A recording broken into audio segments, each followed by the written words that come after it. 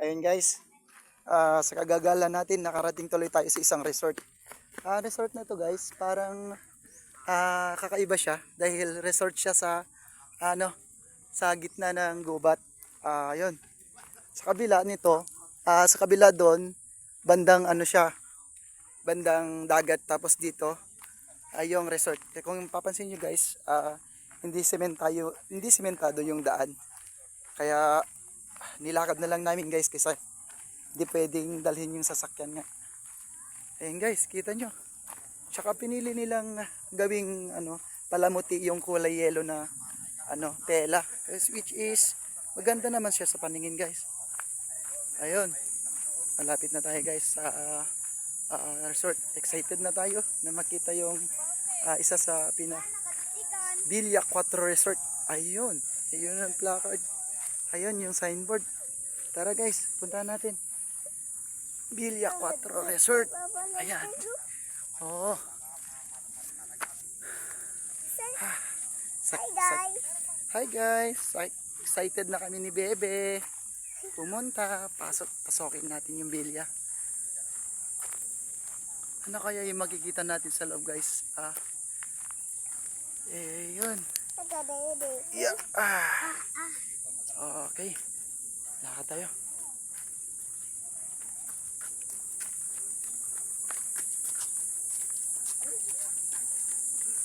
Init dyan tayo, dito tayo.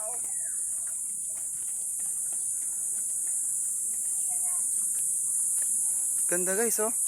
May mga halaman siya. Ayan, daming halaman. Sakto, para nature pa rin. Nasa nature pa rin tayo. Ito na guys, ito na tayo. Ayun, pasukin na natin yung pool nila. Tara guys, pasukin natin yung pool. Pasin nyo guys May mga sounds pa sila.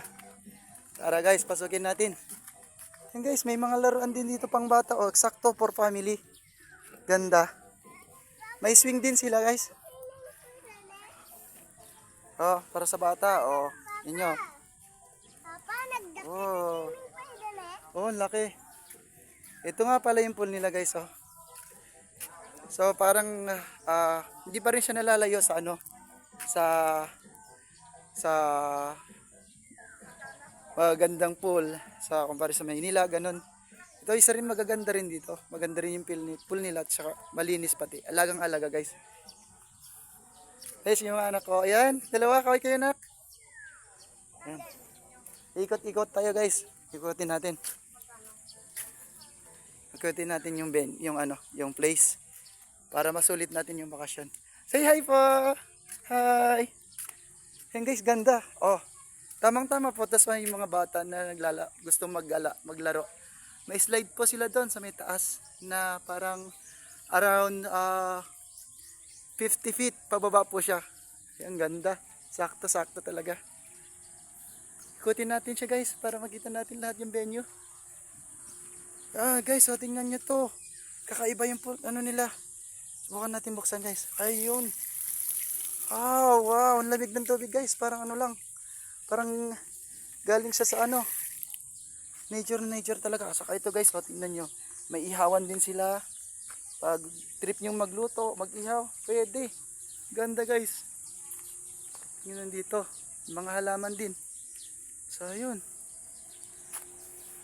Ang ganda guys. Ikutin natin. Parang hindi pa tayo na satisfied talaga. Gusto nating ulitin ulit. Ganda guys, ulit yung bakasyon natin dito. Sa gusto mo nga pumasyal, maganda yung resort. Hindi siya kalakihan pero sulit naman. Sobrang maganda siya, nature.